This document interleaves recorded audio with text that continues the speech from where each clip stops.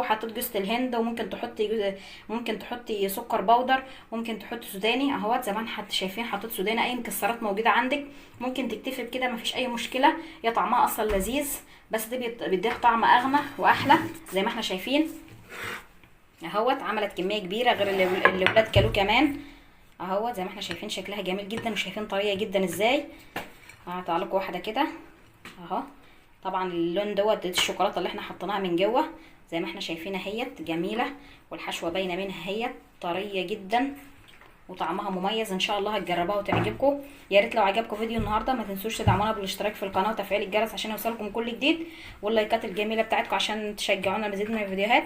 نشوفكم في فيديو جديد، والسلام عليكم ورحمه الله وبركاته.